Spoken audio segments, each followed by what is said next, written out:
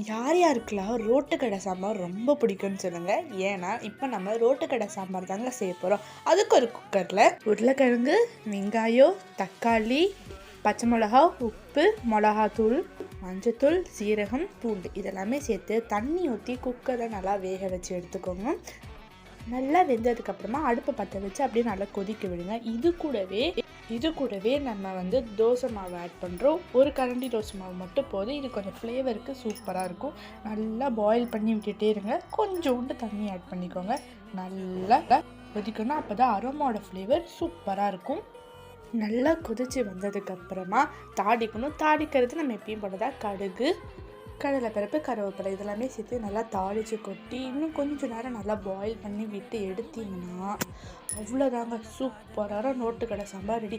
இது நீங்கள் தோசைக்கு தொட்டு சாப்பிட்டிங்கன்னா அமிர்தமாக இருக்கும். இட்லிக்கும் தொட்டு சாப்பிட்லாம், அதுவும் சூப்பராக தான் இருக்கும்.